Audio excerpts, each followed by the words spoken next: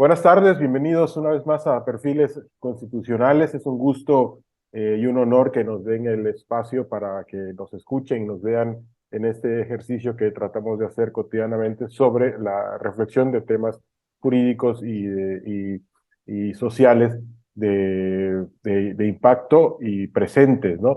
Entonces, el día de hoy tenemos el gusto y tenemos el honor de contar con el doctor Jorge Álvarez Banderas. Con él hemos tenido intercambios de opiniones, de ideas a través de un grupo que tenemos que se llama Foro de Constitucionalistas de México. Y pues hace unos días algo que se dio, eh, algo que es importante para nosotros, interesante para nosotros, para este canal que se llama Perfiles Constitucionales, que es el cambio de constitución en Nuevo León. Y pues aprovechando o teniendo como pretexto la oportunidad de platicar con el doctor Jorge por primera vez por esta vía, que escribió un artículo en la prensa sobre ello, pues le pedimos, le pedimos que nos pudiera compartir un poco sobre su conocimiento de este cambio constitucional que se dio en Nuevo León. Doctor Jorge, voy a leer rápidamente la currícula que nos hace el favor de entregar y que además da una muestra muy clara de sus credenciales profesionales. Él es egresado de la Universidad Michoacana de San Miguel de Hidalgo en la carrera profesional de licenciado en Derecho. De la Universidad de Guanajuato es egresado en la maestría en Derecho Fiscal. De la Universidad de Salamanca en la especialidad de Derecho Tributario y de la Universidad del País Vasco en el doctorado en Derecho. O sea, tiene unas credenciales tanto nacionales como internacionales que acreditan a una voz autorizada para digna de ser escuchada. Doctor Jorge Álvarez, muchas gracias por haber aceptado la invitación a Perfiles Constitucionales y pues le queremos escuchar sobre cuáles son sus impresiones sobre o sea, en qué consiste este cambio constitucional y cuáles son sus impresiones sobre ello. Muchas gracias, Víctor. Muchas gracias por la gentileza que tuviste para invitarme a este programa que manejan. Y con mucho gusto te comparto que desde el día domingo 2 de octubre, que me percaté de la publicación en el órgano oficial del Estado de Nuevo León de la reforma integral que le llaman a la constitución política de esa entidad federativa que precisamente data de 1917, me di a la tarea, pues, precisamente de investigar rápidamente en Twitter, porque el gobernador es muy asiduo a las redes sociales, de ver qué precisaba en sus comentarios al respecto de esta reforma integral. Y de pronto me llama la atención cómo es que el político engaña a la gente. Esto en política, pues lo conocemos como demagogia. Y en sus comunicados, de manera insistente, él hablaba de que Nuevo León tenía una nueva constitución. Cada domingo escribo algún artículo jurídico sobre lo que pasó en la semana o sobre algún tema, especialmente en materia constitucional o en materia tributaria, que es mi especialidad. Y fui a revisar el nuevo texto constitucional. De entrada debo partir para comentarte o diciéndote que en México no tenemos una constitución en 1917, no tenemos una nueva constitución en 1917. Si quienes nos están escuchando, quienes nos están viendo, abren un texto constitucional, lo primero que se van a encontrar es que dice que es una reforma a la Constitución de 1857. Y aquí debo abordar un tema que precisamente data de 1857. La Constitución de 1857 efectivamente eh, preveía únicamente en su contenido 128 artículos. El artículo 127 y el artículo 128, el último y el penúltimo, son idénticos no puedo decir que son iguales porque hay una palabra o algunas palabras que cambiaron, a los actuales 134 y 135 de nuestra Constitución. Eh, ¿De qué hablan estos artículos constitucionales? Bueno, antes de decirles de qué habla, cuando estudiamos derecho, nos hablaron, nos enseñaron, nos formaron en el sentido de que los ordenamientos jurídicos, una vez que nacen derivados del proceso legislativo, pueden ser derogados, pueden ser reformados, pueden ser adicionados o pueden ser abrogados.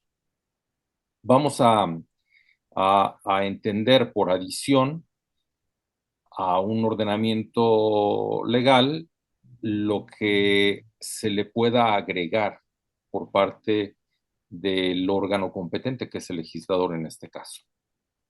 Vamos a entender por reformar el cambio que sufre lo establecido por algo que es conveniente que el legislador establezca ahora en unos nuevos términos.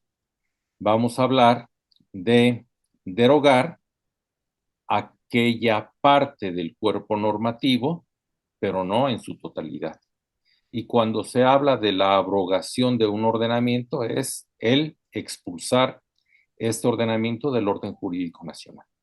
Entonces, la particularidad de la Constitución de 1857, en su último artículo, el entonces artículo 128, pues se precisaba que esta Constitución no perderá su fuerza ni vigor. Esto es, que la Constitución es permanente. Mientras que el penúltimo artículo, el 127, señalaba que esta Constitución solamente podía ser adicionada o reformada, en ese orden. Entonces, de los elementos que acabo de mencionar, aquí constitucionalmente solamente se observan tres: el de la reforma, el de la adición y el de la permanencia. No estamos hablando que se pueda derogar la Constitución ni que se pueda abrogar. La Constitución es vigente, la Constitución es para siempre.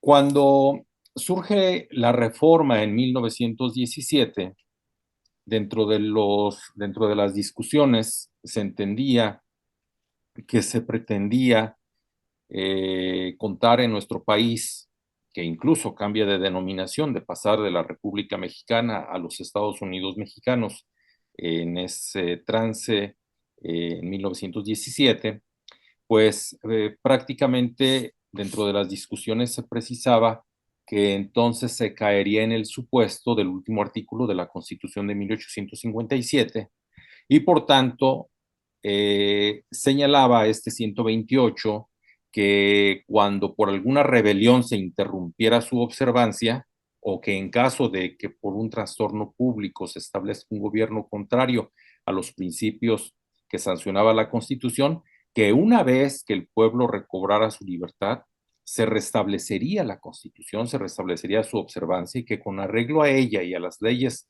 que en su virtud se hubieran expedido, serían juzgados. Todos los que hubieran figurado en el gobierno emanado de la rebelión, como los que hubieran cooperado a esta. Y es ahí donde, de cierta forma, el hecho de que previo al inicio del texto constitucional, pues se dice que esta es una reforma a la Constitución precisamente del 5 de febrero de 1857. Yo creo que no se dieron las fechas como tales. Pienso que quien escribe la historia hace las cosas así. O sea, para efectos, cuando fuimos a la escuela en el mes de febrero, pues siempre se hacía un acto en relación al Día de la Constitución. Y pues poco a poco, cuando uno se va especializando en la materia, pues se percata que hay una constitución del 5 de febrero de 1857 y hay otra constitución del 5 de febrero, según hay otra constitución del 5 de febrero de 1917. Incluso la Suprema Corte de Justicia de la Nación, de manera reiterada, no, nunca habla de una reforma, a la Constitución, sino que habla de una nueva era constitucional. Incluso las épocas jurisprudenciales parten en su vigencia de la reforma de 1917. Bueno, hay muchas personas que puedan considerar que no está lo que yo estoy precisando. Y bueno, pues una prueba de lo que yo estoy señalando, de que sí es una reforma, es que cuando existe una nueva constitución, pues prácticamente todo el ordenamiento jurídico nacional cambia. Y aquí en México, si se abre un código de comercio, vamos a encontrar que el código de comercio no es de 1917, es de 1800 y algo. No tengo la fecha en este momento, ni tengo un código de comercio para ver aquí la fecha, pero es el código de comercio con el cual se litiga actualmente. De esta forma, como transmito a mis alumnos esta teoría y pruebo con ella mi dicho, pues cuando veo en los tweets del señor gobernador de Nuevo León que se habla de una nueva constitución, pues yo pensé que el doctor estaba equivocado o está equivocado. Me permití entonces escribir el artículo y lo que siempre recomiendo a mis alumnos es que tienen que ir a ver cuando se conozca un nuevo ordenamiento legal, lo primero tienen que ir a ver es el artículo transitorio correspondiente para ver cuándo inicia su vigencia. Si eso se publicó el día sábado 1 de octubre, pues la vigencia era a partir del día 2 de octubre. Y de manera ordinaria, cuando existen este tipo de ordenamientos, pues tenemos que hay un espacio, hay una vacatio legis, hay plazos para que el legislador común, porque aquí estamos hablando de que si se trata de una reforma constitucional, estamos hablando de un constituyente permanente, no hay un constituyente originario. Y este constituyente permanente, que en el caso de las entidades federativas se conforma por el legislador estatal y la mayoría de los ayuntamientos, pues tenemos que precisamente hay ese proceso constitucional legislativo, se reúnen todos los elementos y es acorde lo que sucede en Nuevo León. O sea, en Nuevo León los representantes populares decidieron reformar la Constitución y dicen ellos, hicimos una reforma integral, pues es válido. O sea, no significa que no sea válido. La parte que yo puedo observar es que de 153 artículos que tenía la Constitución vigente hasta el sábado 1 de octubre, pues pasamos a 215 artículos una vez que se publica este decreto, el número 248. Y bueno, pues aquí la parte que me llama también de manera medular la atención y es el destinado al tema impositivo, es el relacionado a que en materia de obligaciones de los ciudadanos, la constitución o el texto constitucional previo a la reforma aludía en un artículo las obligaciones, entre ellas las obligaciones de contribuir al gasto público, ¿sí?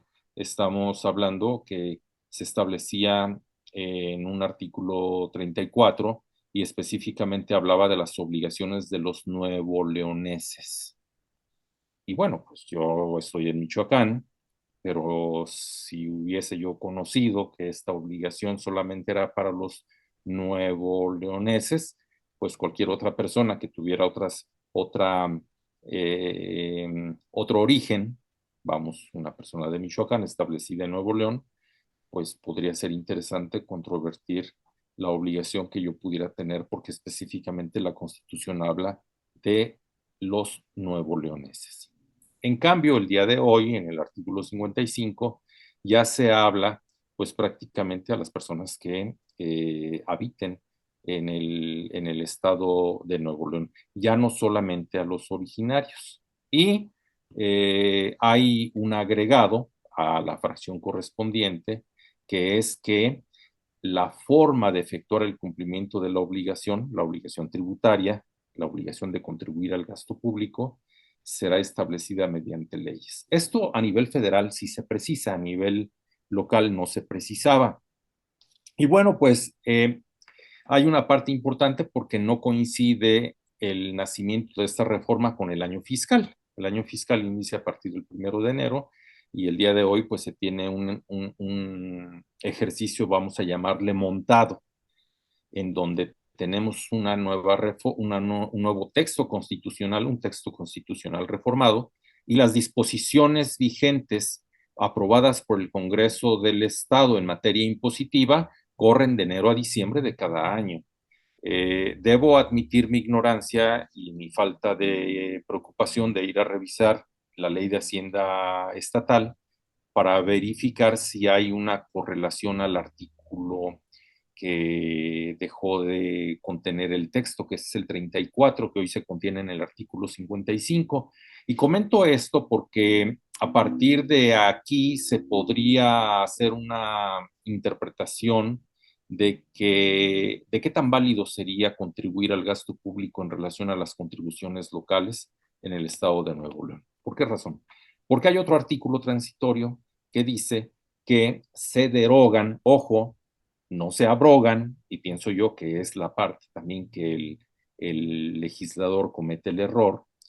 eh, Me puedo yo equivocar, pero desde mi punto de vista veo que hay un error en la técnica legislativa y cuando debieron haber dicho se abrogan todos los ordenamientos que sean contrarios a esa constitución, solamente dice se derogan.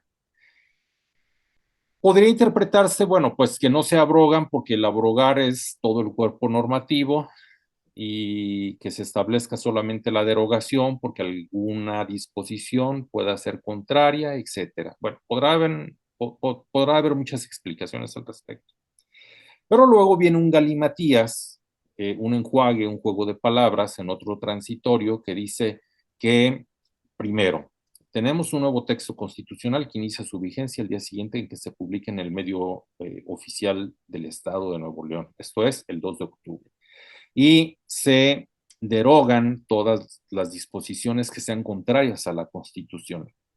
Después dice, no tiene plazo el legislador para armonizar la legislación secundaria. Entonces, pues va a existir un código fiscal municipal, va a existir, vamos, no hay cambios. Dice, pues tú deberás modificar, deberás armonizar la ley secundaria, pero no le establece un plazo, no le dicen los siguientes 180 días, en los siguientes 6 meses, se queda abierto. Y por ende, pues, si alguien queriendo lastimar a la hacienda pública estatal, pues podría promover alguna medida de control constitucional o bien dejar de pagar contribuciones estatales y al requerimiento de obligaciones, pues controvertir la actuación del Estado diciendo, oye, pues tú, por un lado, tu constituyente permanente derogó disposiciones y ya no están vigentes. Por tanto, yo no estoy obligado a contribuir como lo mandata la Constitución. Esto nos da para mucho. Sí, sí. Nos da para mucho, podemos encontrar diversos criterios y lo único que quise yo hacer fue, pues, cumplir con mi obligación con los medios de comunicación que me publican cada semana y que, bueno, Víctor, pues que atinadamente tuviste un poco de tiempo para leer el material y que te llamó la atención y con ese motivo, pues, aquí me tienes platicando un poco de derecho constitucional y de derecho tributario.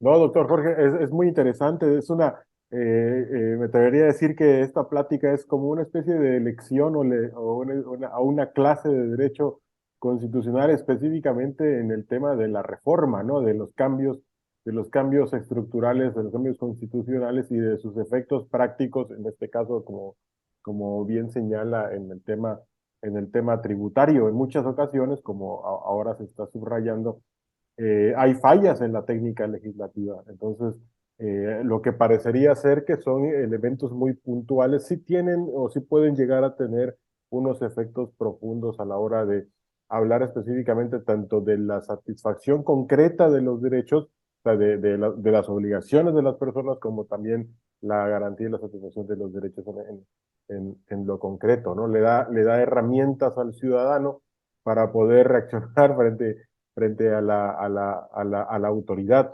Entonces, estamos ciertamente al margen de los contenidos de este texto o esta reforma integral a la Constitución. Me parece que viene muy bien en este momento el uso de lo que pasó con la Constitución mexicana, con los cambios constitucionales en México. Me parece que abonando a lo que usted ha señalado respecto de la continuidad entre 57 y 17, inclusive el conteo del Congreso, de las legislaturas nacionales, el punto número uno está en 57, no está en 17, ¿no? Para subrayar esta idea de que efectivamente cuando uno abre un texto constitucional mexicano, que respeta el nombre oficial de ese texto, lo que va a encontrar no es constitución política, sino va a haber una referencia a que ser un paquete de reformas a la constitución de 57 y de alguna u otra forma hay una continuidad. Aquí lo que me parecería a mí es que ha chocado nuestra tradición choca, ¿no? Nuestra tradición institucional y constitucional de rompimiento con el pasado, ¿sí? Con lo que sucedió realmente en los hechos. Y no sé por qué me trae a colación el concepto de bloque de constitucionalidad del gobierno francés, ¿no? De cómo es que ellos sí aglutinan las instituciones históricas, mientras que nosotros lo que hacemos es separarnos de ellas. Quizá habrá que reflexionar, y la plática de usted por eso le decía, es una lección si lo podemos hacer muy puntual, del tema de reforma constitucional, nos invita a pensar en ello, ¿no? Entonces, el artículo que usted publicó me parece que es un artículo muy bueno que justamente lo que despierta es esta reflexión sobre la teoría constitucional. Doctor Jorge, no sé si quiera decir algunas últimas palabras para ir Sí, despidiendo. sí, Víctor, dos cosas. Por un lado, cuando hablas tú de la separación, eh, precisamente otro punto cuando platico con mis alumnos a nivel licenciatura o a nivel posgrado, es darles a conocer que efectivamente hay un rompimiento con el pasado. Y tú lo dices muy bien con esta palabra separación. Al revisar el texto constitucional de 1857, ese texto constitucional se dicta en nombre de Dios y en nombre del pueblo de México. Y entonces se habla de la República Mexicana. Cuando acudía yo a la primaria o incluso desde el kinder, bueno, en el kinder no sabía leer, pero era el mismo mapa que teníamos en todas las escuelas, que decía mapa de la República Mexicana, no decía mapa de los Estados Unidos mexicanos, era el mapa de la República Mexicana. Y entonces les comento que esa constitución de 1857 se dicta en nombre de Dios y en nombre del pueblo de México. Y con la reforma en 1917, pues ahora pasamos de ser la República Mexicana a los Estados Unidos mexicanos y le quitan a Dios. Así que prácticamente esa separación, como tú bien lo dices, es algo importante históricamente de marcar un antes y un después en nuestro sistema normativo mexicano. Y el segundo comentario es que, bueno, tenía poco tiempo para hacer el artículo y la otra parte que me llamó la atención revisar fue el tema de la educación.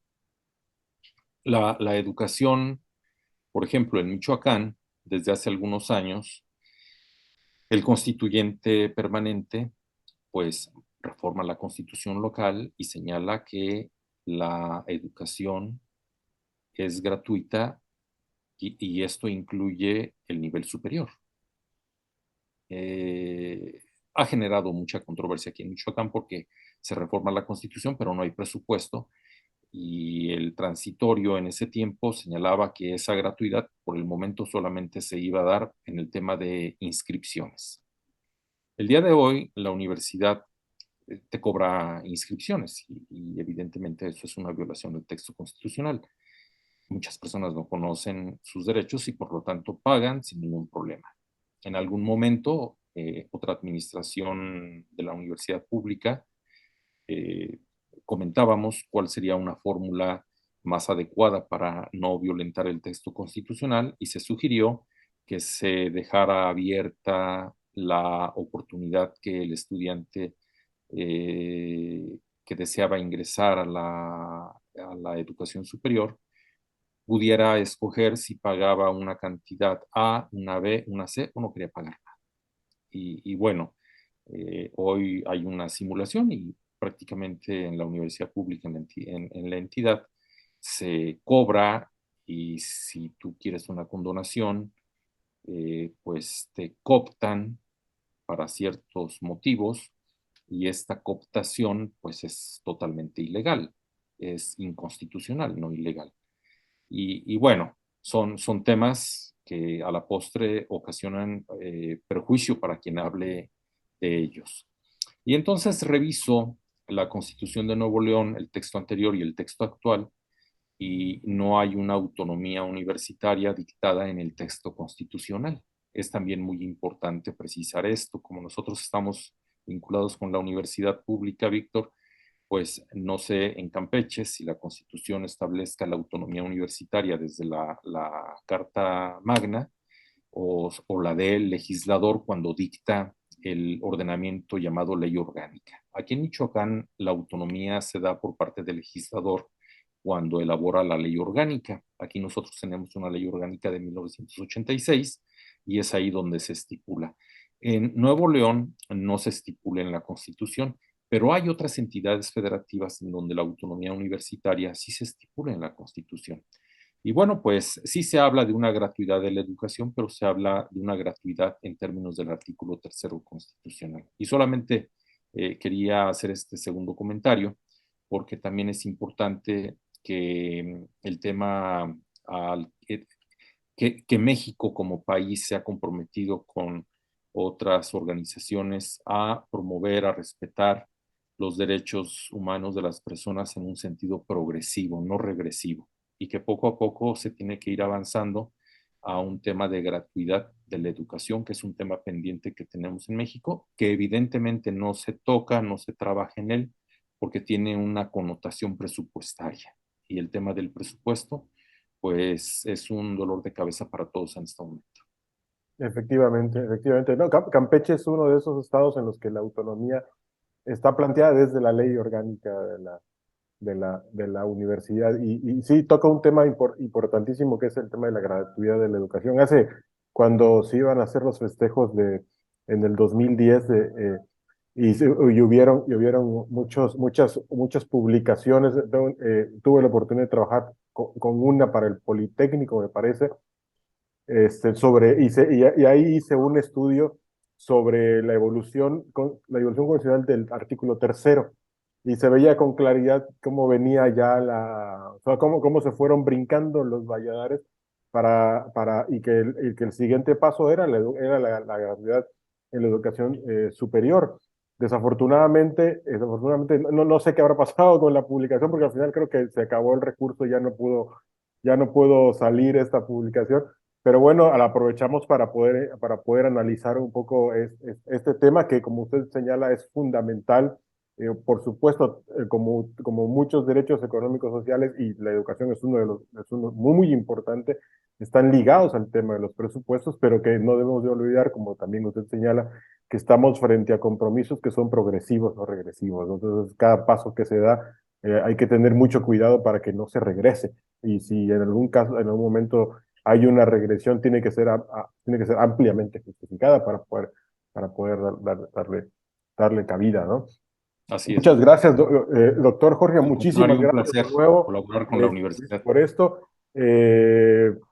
Ya en la otra ocasión buscaremos también un pretexto para volver a platicar con usted. Con Muchas mucho gusto, gracias Víctor.